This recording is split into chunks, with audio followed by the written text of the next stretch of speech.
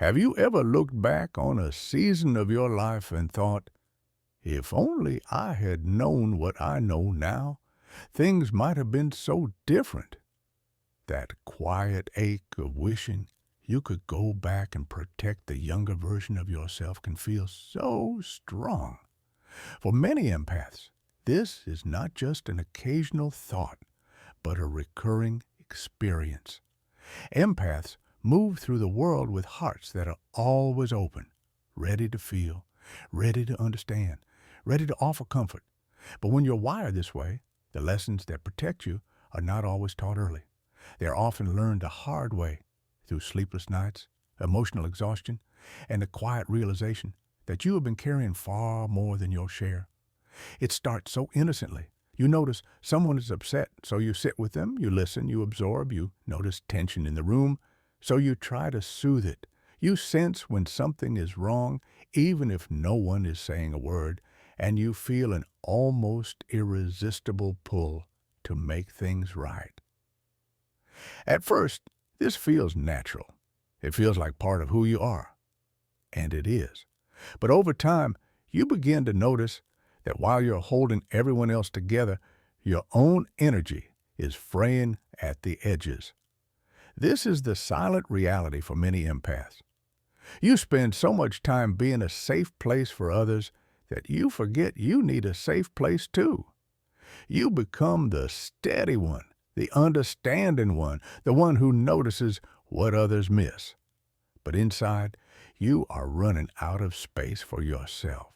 And when you finally stop to breathe, you realize that you have been carrying stories, emotions, and expectations that were never truly yours to hold. That is why this conversation matters so much. Because the lessons we are about to talk about are not just insights. They are keys. They are the kinds of lessons that free you to live differently. They are the truths you wish you had been told when you were younger, the ones that could have saved you from so much unnecessary weight. Today, we are going to talk about 3 of the most important lessons empaths often learn too late. Lessons about what is yours to carry and what is not. Lessons about what it really means to connect deeply with others without losing yourself in the process. Lessons about how to honor your own needs while still being the compassionate, caring person you were always meant to be. If you have ever felt tired from feeling too much, if you have ever wondered why you seem to notice what others miss, if you have ever questioned why it feels so hard to stop caring, even when it's costing you, this video is for you. This is your moment to pause, to reflect, and to consider that maybe it does not have to be this heavy. Maybe there is another way. Chapter 1, Lesson 1. You cannot carry everyone's pain. One of the earliest and most difficult lessons for an empath to learn is that you cannot carry everyone's pain. And yet, for so many empaths, this is where the story begins. From the time you were young, you probably noticed when someone in the room was upset before they even said a word. You could feel tension before it was spoken aloud, and somewhere deep inside, you felt an urge to fix it, to make it lighter, to take that heaviness and put it on your own shoulders because you could handle it, because maybe if you carried it, they would be okay. This ability to sense and hold the emotions of others is a beautiful gift. It is what makes you compassionate. It is what allows you to sit with someone who is hurting and make them feel less alone. But when you do not know how to set limits on this gift, it can begin to feel like a burden. You may find yourself constantly absorbing the stress, sadness, or anger of others, even when no one asks you to. It can be subtle. A conversation that stays with you long after it's over, a look someone gave you that plays on repeat in your mind, a story you read that you cannot shake. Before you know it, You are carrying the weight of a dozen different situations that have nothing to do with you, yet they are shaping your mood, your thoughts, and even how you move through your day. At first, you might not even notice how heavy this has become because it feels normal, but eventually it starts to show. You may feel exhausted without knowing why. You may notice that you are more easily overwhelmed or that your mind never seems to rest. And if this goes on for too long, you can start to lose touch with what is actually yours. Your own feelings, your own thoughts, and your own needs become harder to hear because they are buried under all the noise you have picked up from everyone else. The truth is that you are not responsible for holding the world together. You are not meant to be the container for everyone's hurt. Yes, you can care. Yes, you can listen. Yes, you can support. But you are allowed to let those feelings pass through you rather than stay inside you. You're allowed to notice someone else's pain and still choose to put your own well-being first. This does not make you unkind. In fact, it makes you more capable of offering real, meaningful care. When you are not carrying everyone else's pain, you have more energy for your own healing. You have more clarity to decide how you want to show up for others. You can offer support without feeling like you're drowning.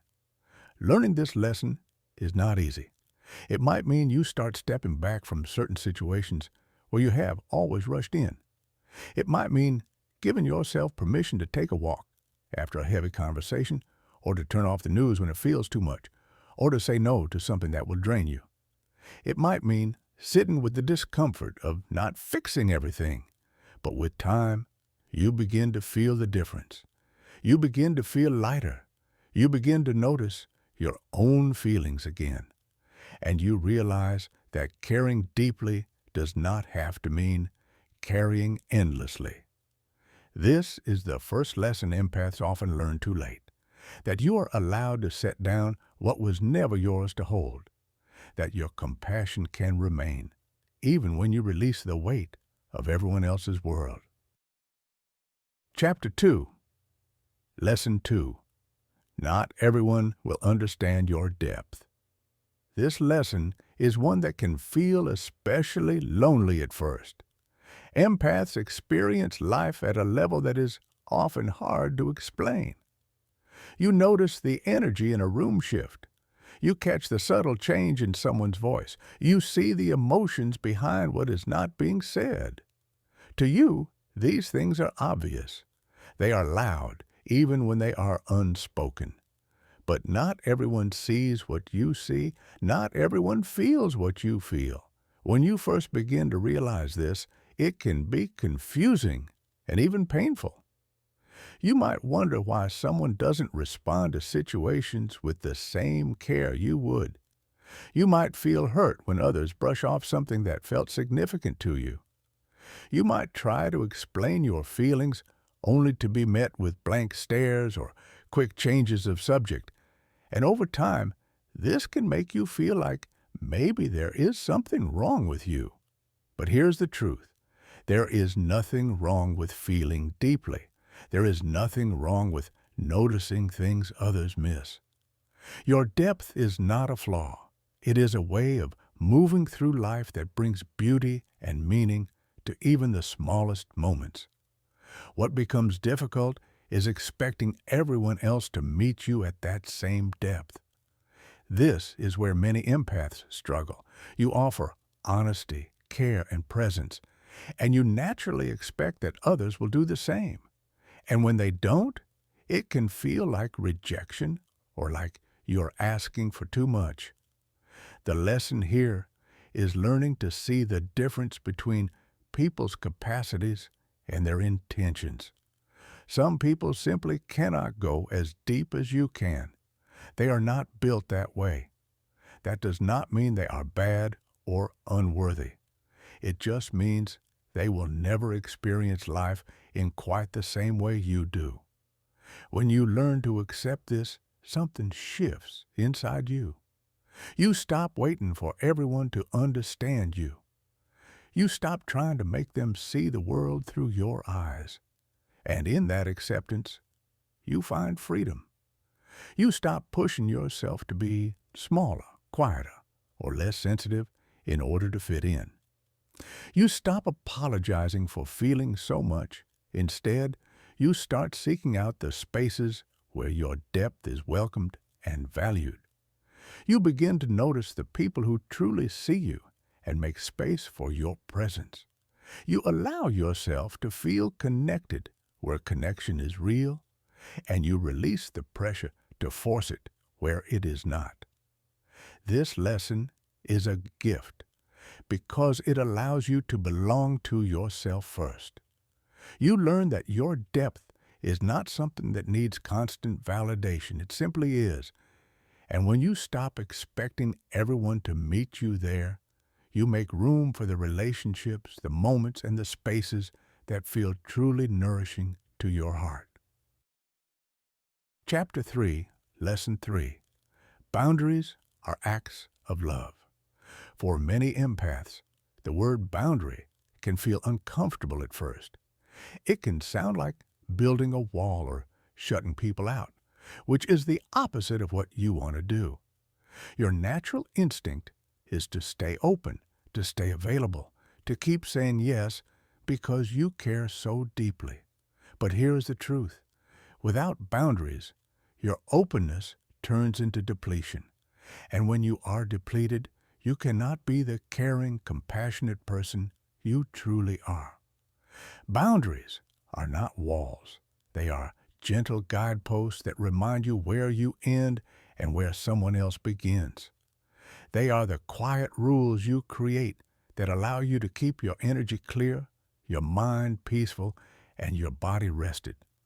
For an empath, learning this lesson can take years, sometimes even decades, because saying no feels like turning away from someone's pain. But boundaries are not rejection. They are actually invitations. Invitations for healthier connection, healthier conversations, and healthier relationships. Think about what happens when you never set a boundary. You say yes when you mean no. You stay in situations that exhaust you.